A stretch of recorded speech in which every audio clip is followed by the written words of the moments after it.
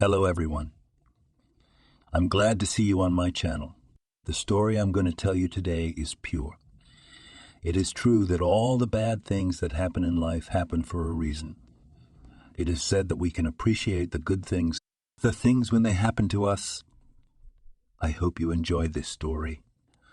I wish you a pleasant viewing experience. Karen, we've got a big house. Cleaning job coming in. It's not an easy order. Our VIP client doesn't count for money. I think you understand the responsibility, don't you? Of course, Victor. The woman nodded, and her knees trembled. She had cleaned rich apartments and even houses before, but the boss had never been this serious. If you screw up, I won't pay you a penny. Got it? What will you have to do? I had to go straight to the point, taking a notebook and a pen out of my shabby old purse. You have dry and wet cleaning, laundry, ironing, and so on, at the standard price. I don't have to teach you. You've been working at Cinderella a long time.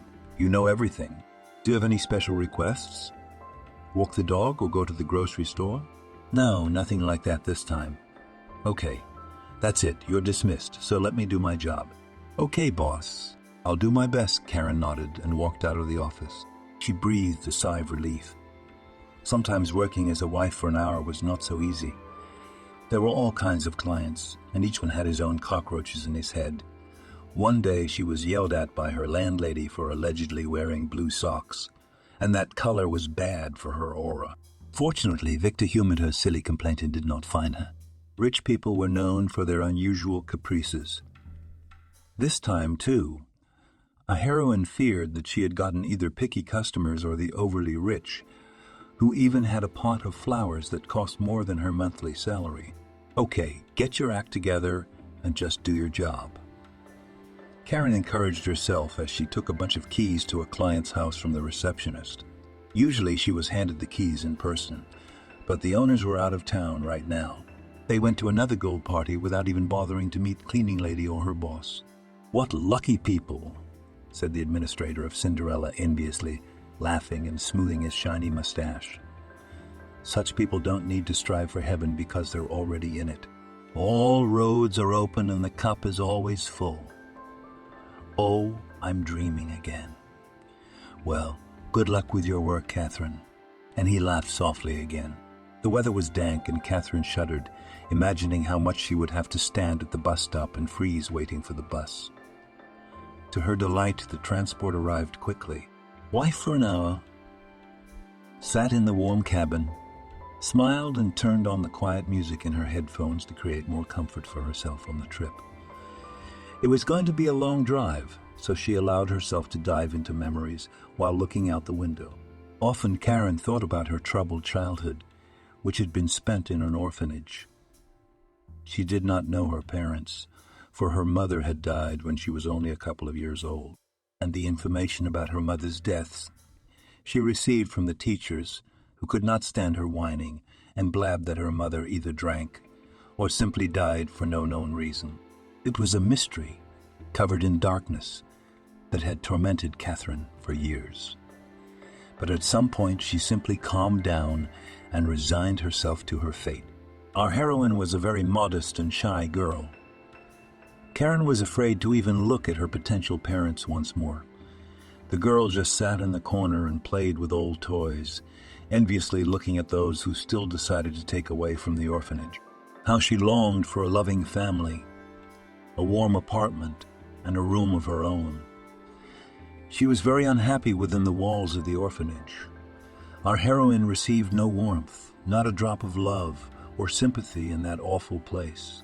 She was counting the days when she could leave the orphanage and never come back. When she was older, the orphan dreamed of arranging her own apartment, which the government would certainly give her, getting a kitten and buying herself a big bed. But her dreams were not destined to come true, because the waiting list for housing was huge. In addition, Karen learned that apartments were often given that were impossible to live in. So the 18-year-old girl was left alone without a roof over her head. Of course, she had no prospects because the education she received in the orphanage was no good at all. Catherine had to roam the streets for days looking for work, and at night she had to sleep on a cardboard box or under the roof of some building during Dodge. The worst part was begging for money for food and then fighting off homeless people who wanted to steal the pennies or food she received from the poor woman. At one point, she was very lucky to be hired as a waitress in a cafe on the outskirts of town. The atmosphere there was not the best, but Catherine was happy even that. In addition, the owner let her sleep in the back room, provided that she would not carry anything out of the warehouse and that she would clean up at night. After a month of work, the girl was finally able to rent a room in the same apartment. It was small, without repairs, and with old furniture, but the heroine was fine with it. In the Café Petrushka, she was doing well. Despite her lack of makeup and unassuming clothes, Karen was very pretty, and visitors often left generous tips for her. She was also immediately noticed by the son of the owners of the cafe, named Tom. The waitress immediately took a liking to him too, handsome and well-dressed, and the way he spoke. What sweet speeches Catherine heard from him, and that she was the most beautiful, sweet, wonderful, and attractive. She had never heard anything like that in her address until that moment, so she quickly lost her head from the guy. Secretly from her parents, he made her nice presents: flowers, chocolates, clothes, and shoes. It was impossible to resist, and Karen gave herself to him with all the passion and love that awoke in her heart. She trusted this man, had already made plans for how they would live together as friends, and then have a baby. Tom himself had repeatedly stuttered that he dreamed of having a son. "You won't leave me after that, will you?" naively asked the heroine, looking at her lover with a trusting look. They were lying in one bed under a thin blanket. "No, my darling. How could you think such a thing? I'm happy with you. It's mutual. I think we were meant to be together. We were meant for each other. Don't doubt that, my love." And the boy kissed her. In the morning, as Catherine was preparing breakfast, Tom panically looked for his wedding ring, which had apparently fallen out of his pants. As luck would have it, it was nowhere to be found. Not under the couch, not under the bed, and not on the bed itself. "Did you lose something?" Well, a bank card fell out somewhere. Can I help you?" "It's okay. I'll find it myself." He smiled at her seductively. "And then I'll come to the kitchen and we'll have breakfast together." "I'll wait for you, my love." Tom was terrified. If he didn't find that treacherous ring, his wife would give him a real scandal. And she was not an easy woman. And besides, she had a tough temper, and frankly, her husband was a little afraid of his spouse. The guy still managed to find the ring in a pillowcase. He had no idea how it got there, but that did not matter. The main thing was that this time, Tom was saved. So the young men continued to see each other in secret. Karen didn't like it much, since she was counting on a serious relationship. The waitress kept reminding her lover that he had promised to introduce her to his parents as a girlfriend, but Tom kept refusing, coming up with various excuses. And at a certain point, it was hard to think of anything anymore, because our heroine got pregnant. At first, she had a little panic, because she did not plan to have children in the near future. She was young, lived in a small room, could barely make ends meet. But then Catherine cheered up, thinking that Tom would surely be happy to know that he would soon be a father. "Darling, I have good news for you." The waitress could not contain her smile as she looked at her lover. "Did something happen?" "Yeah, something very good." "Wow, I'm intrigued. Remember when you said you dreamed of having a strong family and a son?" "I don't recall." The boy frowned, realizing where this conversation was going. "It's a good one." The woman laughed and hugged him. I see." Tom stretched out. The whole mood was ruined, and the morning had been beautiful, full of passion, as if they had plunged back into their college years. But the euphoria was gone by the news. "You're having a strange reaction. I thought you'd be happy." "I would be in 10 years, but it's too soon for both of us. We've just started our lives. You and I have everything ahead of us, And a baby will ruin everything. How can babies ruin anything? They bring joy and happiness to two people in love. Catherine, come to your senses. What happiness? You and I will think only of diapers and the child, forgetting all about ourselves. It will take away all the time and attention we could have devoted to each other. Besides, I'm not ready for such a responsible step. How are we going to support a newborn baby? Have you thought about that? I just started my career. Well, I assumed your parents would help us. I'm sure they'd be happy to have a grandchild. Why would they help? It's not their baby, it's ours, so it's our responsibility. No, you have to get an abortion. What? The ground instantly left Catherine's feet after these words, and she began to feel dizzy. But she was still able to resist. How could Tom say such a horrible and disgusting thing? Does he really not care? I mean, that's our baby. How could he allow the thought of killing him? She covered her face with her hands and could not hold back her tears. Her heart clenched at the thought of going to the clinic and agreeing to cut her baby's life short. You don't want to be a single mother, do you? You're just a waitress. You can't feed him. It's not a toy. It's a baby. I'll manage on my own somehow, Catherine replied through her tears.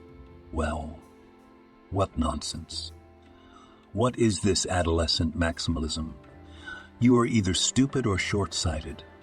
It's only in movies and TV shows women cope with everything, and in life is different. Don't make the mistake of ruining your plans. You better think long and hard about what I'm offering you. I'll pay for an abortion at a decent private clinic. But where will you get the money? You've just started your career, said Karen sarcastically and looked at Maddie with distaste. No abortion, I said. It's up to you, but don't count on my help, the boy chided. At night, the waitress cried into her pillow, thinking that all her dreams had been shattered overnight. She hadn't expected her lover to come across as such a scoundrel. Tom seemed to her to be a Peterite with serious intentions, but in the end he only wanted one thing from her. The heroine put her hand on her belly and stroked him. It's okay, baby, you and I will get through this. Know that your mother loves you, and love will help us to overcome all difficulties. A lot of people can do it, can't we, honey? You and I will be strong, and we won't be afraid of anything. I'm waiting for you to show up, my good man. A smile appeared on her face, and the tears stopped flowing from her eyes. Yes, Catherine had been cruelly deceived, but she had a little happiness for which she wanted to live and get better. But already in the morning, unpleasant news awaited her. The owners of the cafe learned of Karen's pregnancy and of her categorical refusal to get rid of the baby. They didn't want their son to get into any trouble because of the stupid thing he had done, so they decided to fire the waitress. But what did I do wrong? You know, they write complaints about you all the time. And you're slow, which the customers don't like. We need a more professional employee than you. But before, you said everything was fine, that you were happy with everything. Now you're not. So that's it. Go away. Don't waste our time. With tears in her eyes and a lump in her throat, Catherine folded her uniform neatly. She loved this job and this place. Now she was left in a terrible position, but even that thought didn't make her change her mind. As she stepped out of the Peters, she noticed an expensive car pulling up to her, out of which a stately and very beautiful person stepped out. She walked up to Tom and gave the boy a big kiss, and his parents greeted her warmly. So that's how it is. Apparently, this is his steady girlfriend, maybe even his wife. The bastard, he's cheating on her too.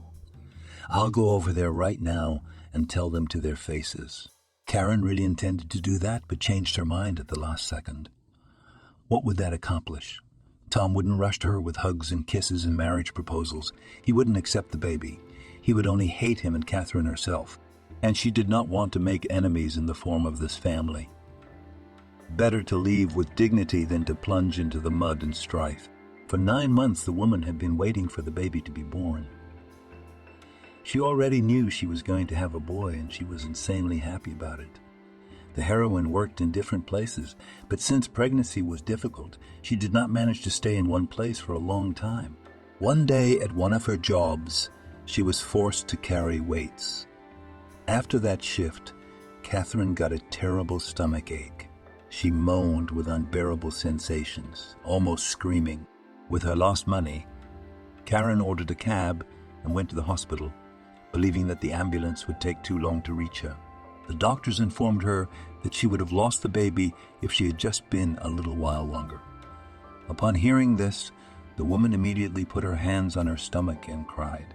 She had been able to survive the loss of her lover, but she would not have been able to survive the loss of her child. She had fallen too much in love with her baby girl. When Alex was born, the heroine was told he had complications because the delivery didn't go quite the way it should. What kind of complications? He has a crooked leg. It's not normal. Prepare for an operation or he will be disabled for life, the doctor replied dryly, without regret. I hope you have money because an operation is required in the near future. Catherine could not believe it. Where would she get the money? What to do? In desperation, wiping away her tears, she wrote several messages to Tom. He read them but ignored them because he did not care what was going on with that girl and her backbiter. What kind of a bastard are you? Mommy whispered and threw the phone on the floor. I do not ask much for our son. She began to beat her fists on the pillow. After the discharge, Karen looked for a job or some part-time work, but with a baby in her arms, it was almost impossible. Luckily, an elderly neighbor named Mady came to her rescue and offered to watch Alex. Oh, I'm kind of embarrassed. I don't want to bother you, Catherine said embarrassedly. Do not worry, darling. I have long been retired. I do not have much to do. I have a lot of free time. And children. It's a joy for me. The woman looked at the boy in her mother's arms with tenderness. And you need to work to raise yourself and your son. Help is sure to come in handy here. Thank you very much. You helped me a lot with this. Maudie took the baby and smiled. Even the wrinkles on her forehead seemed to smooth out. I had babies too. Maddie looked at the baby in awe. I lost them both. I had no one left. Tears welled up in her eyes. It's been a long time since I've seen a baby this tiny. He looks a little like my son. He was a good man. A doctor. He helped people all the time. But the disease took him away from me. She wiped her tears with a handkerchief. I'm sorry, Karen hugged her. I can't imagine what it's like to lose your child. I hope you never have to find out, sweetheart. The young mother took every job and part-time job she could get, sometimes gone days and nights. But the money wasn't getting any better. Everything went to clothes and medicine. Because Alex was often sick, 4 years went by like that. Maudie and Catherine took the boy to junior kindergarten together. He even called the old woman his grandmother. However, for all these years, the woman failed to find a normal job. Due to the fact that she often had to go on sick leave, she did not stay in one place for long. The bosses did not like her constant absence, so they chose candidates without children or with older children. She had to work wherever she could, and even with part-time jobs that sucked out the rest of the woman's energy, they paid her very little. One day, sitting in the park feeding the pigeons, Karen couldn't take it anymore and cried. She wasn't doing well. Her son still needed surgery, and in kindergarten the kids often teased him about his expitera. Alex was often resentful, and his mother could do nothing to help him, and she only cried helplessly, screaming into her pillow when no one was home. Day after day passed in dejection and hopelessness. Why am I doing all this? Why am I so talentless? I can't even afford to save for my son's surgery, mentally lamented the woman. Catherine, are you it? Our heroine heard a familiar voice beside her. Jenny, how long since I saw you? The acquaintances embraced. Jenny had once worked as a waitress at Pieterska's, but she had quit before Karen did. They got along well, often talking after their shifts and being thick as thieves. How are you doing, girlfriend? You don't look so Oh, don't ask, all problems. Ekaterina shook her head. Maybe I can help in some way. What's wrong with you? Yes, all at once piled up. I need a job, but I can't stay anywhere for long because of my son. He gets sick a lot, so I'm always on sick leave with him. You know, a lot of people don't like that. Yeah, it's a tough situation, but I can solve your employment problem. I remember when you were working. You were the best. Taking extra shifts, doing everything neatly. With your diligence and determination, you should go to a wife for an hour. They pay good money. There's always lots of tasks. You don't even have to go out every day for shifts. Listen, but that sounds kind of weird, to be honest. Don't worry about it. It's all decent. No sex, I guarantee. We're strict about it. You'll just clean houses and do other little errands, like cooking, grocery shopping, or ironing clothes. I work there myself, and I really like it. They pay me a lot more than those bums from the cafe, and there's never a delay. Come on, girl. Well, I don't know. Believe me, you can't find a better one now. Do you really want to live a few more years in constant stress and job hunting? No, I want some kind of stability. Well, there you have it. Well, why don't you give it a try?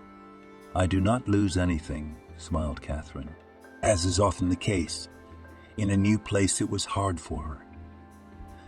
The woman was exhausted on the shifts, and she somehow managed to have enough energy to work with Alex. And she was also intimidated by her clients. She was always waiting for some kind of trick or indecent proposal, but everything was really innocent. Catherine performed her duties, received money, and at the same time she did not cross the line of decency. The boss was pleased with Karen's work. He even praised Ginny for finding such a hard-working employee. The heroine began to have money, and finally she was able to pay off her landlady and start saving for her son's surgery. She still had to save money for everything, but the woman did not complain. Things were getting better. The bus came to an abrupt halt at the right stop. It was a long walk since the client lived in the countryside. Upon seeing a luxurious mansion, the one-hour wife could not contain her excitement. She was met by a cute pug wagging his tail in a friendly way. Oh, hello, little friend. The cleaning lady stroked the dog with a smile. In response, he licked her hand. I'm going to clean up in here. Will you help me? The dog barked and bounced for joy. Karen went inside the mansion. She expected so. Everything was very expensive and luxurious, and it was terrifying to even take another step inside. Elegant stucco, stately marble columns, mirrored floors, lots of gold and gilded thing. Everything screamed that these people had so much money it was impossible to spend it in a lifetime, if not even two. The pug walked masterfully into the living room, as if inviting the cleaning lady to follow him. She smiled and followed him, deciding that she would start cleaning there. The owners of the house were gone, and that even made the job easier for Catherine. She wanted to get everything done as quickly as possible, to get the rich people back to a clean house. Karen had never been a particularly nosy person. Often she tidied up apartments where there were Strana things, or where the owners were having a showdown. But the woman had never listened to the squabbles, much less looked at the strange things. But now her curiosity got the better of her. She hadn't seen such a lavish interior before, so she couldn't help but stare at the antique vases, paintings, statuettes, and furniture. You're lucky to live here, she said to the pug, and he sneered and wagged his tail. I'm sure the owners love you very much and pamper you often. At some point, the cleaning had been put on the back burner. Catherine walked around the house and inspected it. Every detail brought her incredible delight as well as amazement. Something like this she had seen only in Hollywood movies, but she could not even imagine that so can live real people. And suddenly, among everything else, the wife for an hour saw something amazing. So much so that everything in front of her eyes blurred and her legs became absorbent cotton. No, it can't be. This is impossible. The janitor couldn't help herself, though, and foolishly sat on the floor in front of a huge black-framed painting. It was a picture of herself. Karen scrutinized the canvas. The beautiful hair, the well-groomed look, the wedding dress. It was obvious that the picture had been painted years ago, but the woman didn't understand how that could have happened. She had never been in the house, never known the owners, and certainly never even tried on a wedding dress. I must have been in some movie, or a practical joke, or maybe my picture got lost somewhere, and a millionaire found it and took a portrait. It is quite possible, although it smells like some kind of nonsense. My head was spinning. Catherine was all pale and did not even find the strength to get up. At that moment, the front door opened, and the owners entered the mansion. The pug greeted them with a joyful bark, and the cleaner shuddered and immediately got up. She began to dust the small tables chaotically, pretending to work carefully, but all her thoughts were on the mysterious picture. The man saw Karina, and when she turned to face him, he turned pale and grabbed his heart. God, Angela, Angela, bring me some drops from my heart. What happened, darling? The woman ran up to him in a panic and then looked at our heroine.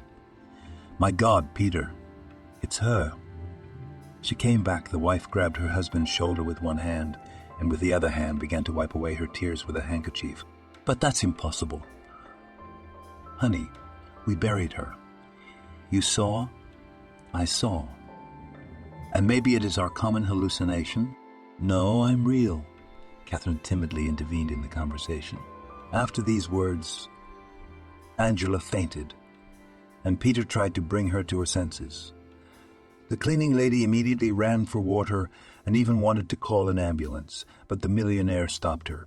He gave his wife a drink and gazed intently at the young woman who stood in front of him. Tears appeared in his eyes, which the rich man could not hide. Excuse me, but can you explain it to me? Angela and Peter looked at each other, and the man pointed his finger at the painting. This is our late daughter, Anna. She was killed several years ago with her fiancé in a car accident. They were rushing to the airport for their honeymoon. This can't be... Catherine looked at the picture and saw her exact copy, as if her face was simply glued there. How is it possible? I do not know the answer to that question. The man lowered his gaze, filled with grief and confusion. Darling, what if? What if there were two of them? Suggested the millionaire. How is that possible? He raised his eyes again and looked at his wife. My husband and I can't have children. The woman began her story. God deprived us of this opportunity. So many years ago, we decided to use the surrogacy service. It was not legal, and we did not conclude any contracts so as not to do harm to our family's reputation. The girl was young, pretty, sweet, and very friendly. Yes, I remember her in a good light. Peter supported his wife. Anyway, we agreed in words. It was easier for everybody. We paid for her checkup at a private clinic, all the medications, maternity clothes, discussed the cost of the whole procedure in advance. But she only gave us one girl. We don't know anything about the other one. Honey, what makes you think there were twins? We would have found out for sure. Peter, Annie's sister, is standing in front of us right now. Her voice trembled with excitement. They're like two peas in a pod. Well, there's no such thing as a coincidence, the woman spluttered, afraid with emotion. Yes, you're right, of course. We are obliged to look into everything to shed light on this story. The millionaire looked at the maid. Catherine, what a coincidence. That is what we wanted to name our daughter, but at the last moment we changed our minds. It's destiny, darling. She was sent to us by God. Angela cried. Wait. Calm down, my love. Catherine, can I contact you in person later? Surely you want to know the whole truth, too. Peter looked at her so warmly, as if he was already sure it was his daughter. Of course. The wife for an hour excitedly wrote her number on the page of her notebook, trying to write out the numbers evenly, her hands trembling with excitement. I'll wait for your call.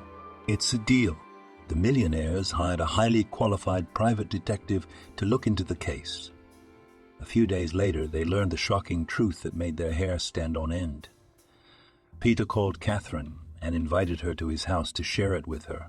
As it turned out, the surrogate was pregnant with not one girl but two. But only the midwife and she knew that. It was very painful for her to part with her children. Her heart could not bear it, so the woman decided to keep one child and give the other to a family of rich people.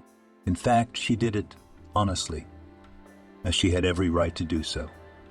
But 2 years later, the young mother died of a serious illness, and Karen ended up in an orphanage.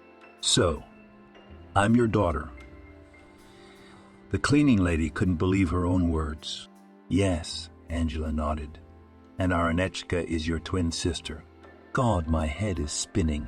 I can't believe it. I can't. Catherine was experiencing an incredible mixture of emotions at that moment, but one of them felt brighter than the rest. Joy. She had the family she had dreamed of for so long, and even though it had been many years, it didn't matter. The important thing was that they were found. Come here, daughter. Peter stretched out his arms, and the woman embraced him. The man wept again. At one time, he had suffered greatly from the death of his daughter. He had visited a psychologist, taken antidepressants, talked to her photographs, visited her grave several times a day. And now she was back to him, his angel, his happiness. You have no idea how I wanted to have my own family all these years, said Karen, weeping. We still can't believe it ourselves. Angela gave her a warm smile. Catherine, stay with us. There's enough room for everyone. We do not want to lose you. Me. The heroine was so shocked that for a moment all her thoughts were confused. I'm sorry, but I do not live alone. I cannot move. It's not a hindrance to us. Her father perked up. If your husband is a decent man, our doors are always open to him. Please don't refuse us. The man looked at her with a look of hope and warmth. No, it's not my husband. I have a son, Alex. He's 5 years old. Catherine, with trembling hands, held out a picture of the boy, still not believing that all this is really happening. God, what a beauty.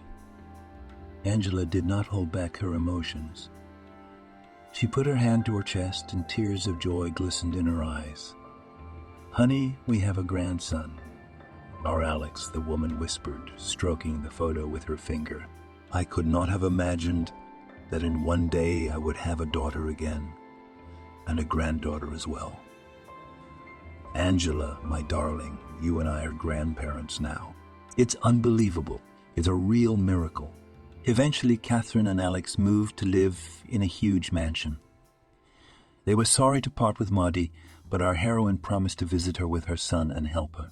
I'm happy for you, daughter, the old lady said and smiled.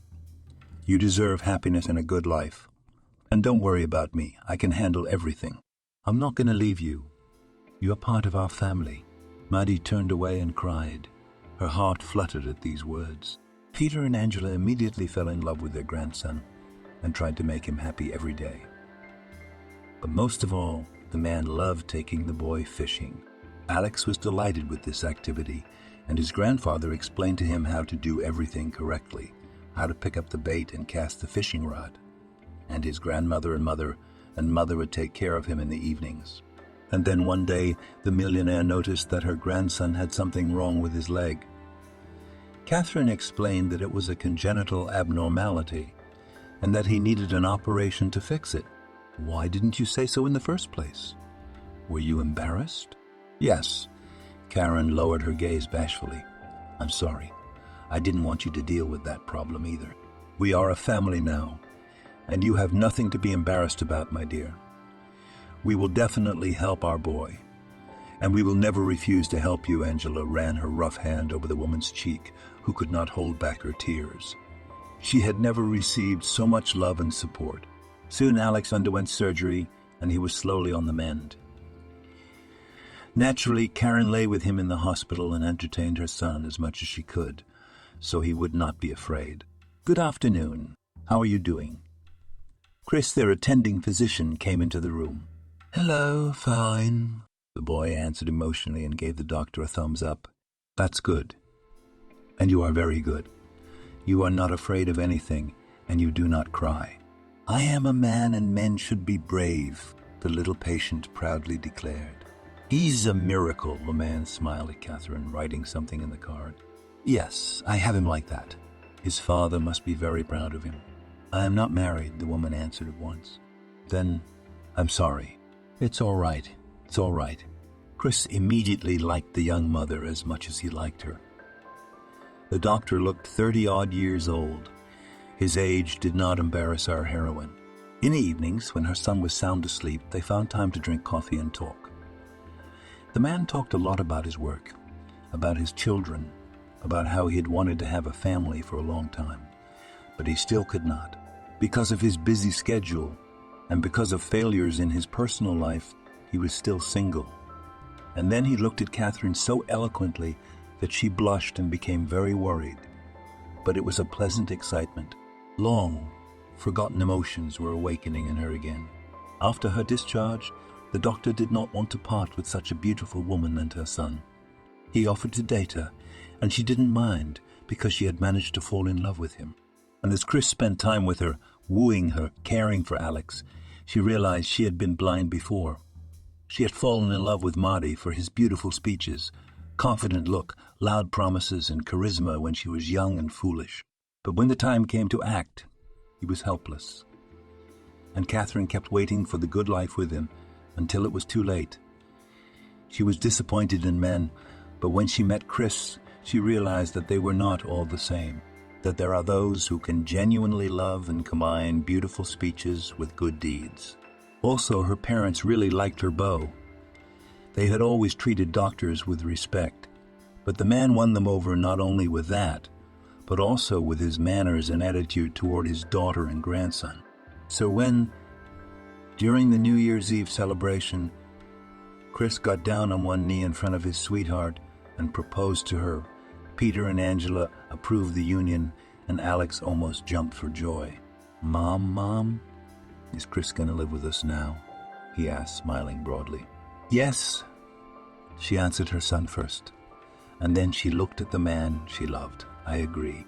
The doctor, from the excess of emotion, firmly hugged Catherine and kissed her, and the millionaires involuntarily recalled themselves as young, when they were just as in love, carefree, and terribly happy. "Yay, now I'm gonna have a daddy!" Alex shouted excitedly and hugged Chris, who couldn't hold back the tears. He had to look away so no one would notice them. But the heroine, looking at her new family, wasn't ashamed of her own emotion. The young people did not procrastinate on the most important day of their lives. It was a magnificent celebration in the style of a Russian folk wedding, in costumes with songs and dances, even with some rituals. Such a creative celebration could not help but be covered by the media. The internet and newspapers just wrote about the unusual approach to the wedding. Tom read one of these articles. He thought the simpleton was a miserable beggar, but in fact she turned out to be a millionaire. And so loyal, so submissive, so beautiful. Yes, if he had wanted to, he could have controlled her, and she would not have even dared to raise her voice, unlike his overbearing wife, who had disgusted him to the point of disgust. Tom couldn't take that kind of nervous tension and got drunk. He thought of how he might have been in Chris's shoes, and he and Catherine would have lived in luxury on some islands, or even in Europe. "No, I'm not going to leave it at that," the drunken major muttered to himself under his breath and called his ex. Karen was surprised to hear the voice of the man she had once loved, but she felt nothing but contempt and disgust. The scoundrel had apologized to her, asked her back, brazenly lied that he hadn't been able to forget her all those years, and that he was always thinking of his son. She didn't believe a word he said. Dropping the call, the woman cried, "How dare he invade my life so treacherously?" What was he thinking? "How I hate him." He was thinking of his son. Yeah, of course he was. He didn't even help him with the operation. If he loved us, he would have found us and done everything he could to bring us back. That's how Angela saw her daughter. "What happened, sweetheart? Did you have a fight with Chris?" No, Mom, he's fine. It's just, there was a call from the past. From Alex's real father. Oh my God, what does he want with you? Catherine recounted the entire conversation and then shared her love story, which she had kept quiet about until then. After listening to her, the woman shook her head and said, "He just found out you had millions and decided to come back to you. You were right not to fall for his phony apologies." What's his last name, by the way? Stone. Marty's last name alone made Catherine uncomfortable. And his family owns the Pieterska place, right? Yes. The daughter looked questioningly at her mother. Do you know her? Unfortunately, the woman sighed deeply. Honey, these are very unscrupulous people. They do not reckon with anything or anyone.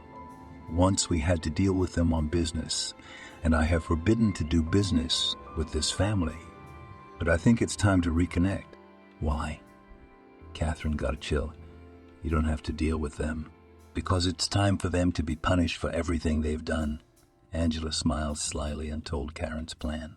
Fact was that she had already managed to get into her parents' business and was helping them very well in accounting. The woman proved to have an excellent ability to learn and calculate.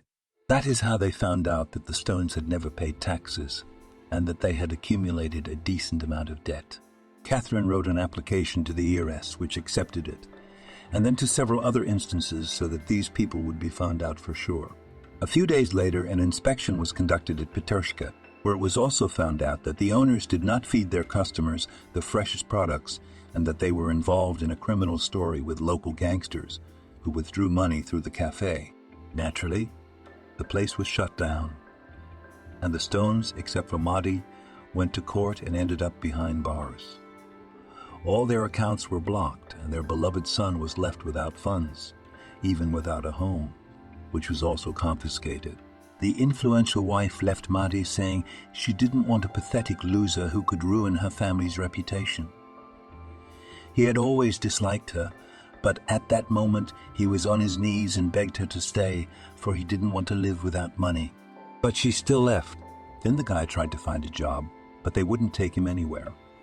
After all the failures, he decided to apply for a job as a courier at a big firm, but he had no idea that this firm belonged to Karen and her parents.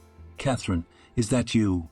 Tom rejoiced, thinking he could press his pity, for she had always had a selfless soul. "What are you doing here?" She was clearly unhappy about her ex's visit. However, it was not without pleasure that the heroine noted how bad the guy looked. In old clothes, without hair, also pathetic and unhappy. It was difficult to recognize him, but possible. "I'm looking for a job. They took everything away from me. My parents are in jail for some kind of fraud. The cafe was closed too. And why did you come to me in the first place?" The heroine folded her arms across her chest. How pathetic he was in front of her. "No one understands me like you do." Tom suddenly smiled charmingly, for that was his main weapon. "So, Catherine, will you take me as your courier? You know I won't let you down." "No," she answered without a shadow of a doubt, and at that moment it was as if a stone had been lifted from her shoulders. Suddenly, it was easy, and she felt strong again. "What?" He caught his breath. "What are you, Catherine? Why do you refuse me? What have I done to you, huh? When I needed help, you and your family kicked me out, not even thinking about how I would cope with the child. You didn't care, so I don't care about your fate either. Please have mercy on me. I really need money, even pennies." "Well, we have a vacancy for a janitor. That'll suit you fine." "A janitor? You've got to be kidding me." "No way. The way out is that way." Catherine pointed to the door and went into her office, hoping she would never see Maddie again. But he came back a few days later and took the job. Now Tom swept the streets every morning, and Karen came to work in an expensive car. He looked at her with envy, regretting that he had once abandoned this woman. The heroine herself was happily married. Alex had fully recovered and was no different from ordinary children. He played outdoor games, had fun, ran a lot. Chris treated him like her own son, and her heart beat 3 times faster with joy when the boy called him Daddy. A few months later, Catherine found out she was pregnant. She and her husband were very happy and shared the news with everyone close to them. Rumors reached Monty too, who couldn't stand the fact that the once poor girl who lived in his cafe's den was now enjoying money and life, while he had to work for her for pennies. When Karen arrived at work, he tripped her and she fell on her stomach. The security guard immediately called an ambulance, and the janitor twisted and waited for the company owners, who immediately arrived on the scene. All the way to the hospital, the woman cried in fear of losing her baby. Chris was on the phone and said he was on his way to the hospital. He had such intense anger that he wanted to strangle the pathetic and vindictive Maddie. "My little one, God, I can't lose you. My heart can't take it." Catherine stroked her belly, shedding tears. She felt defenseless and miserable. All the way to the hospital passed in anguish. She kept thinking that the baby was about to die, that he would not have time to get help, and that their family would suffer a real tragedy. Karen was so wound up that she fainted from weakness and exhaustion. Every minute was worth its weight in gold. The doctors were doing everything they could to save the baby. Fortunately, they were able to do so. The doctors said there was no danger of miscarriage and that it was a true miracle. The couple hugged happily and cried, but they didn't want to just leave it at that. "I promise you, my love, I will take care of that bastard. He almost ruined our baby," the husband said menacingly, barely able to contain his anger. The man was ready to break off and go to the office right now to clean the face of the criminal for the sake of his beloved woman.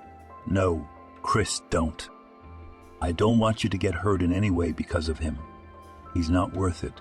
Catherine kissed his hand and pressed it to her chest, looking at her husband devotedly. "We will punish him, but in a different way, a fairer way." Tom was fired and also convicted of hurting a man. They put him in jail too, which made the guy even more bitter.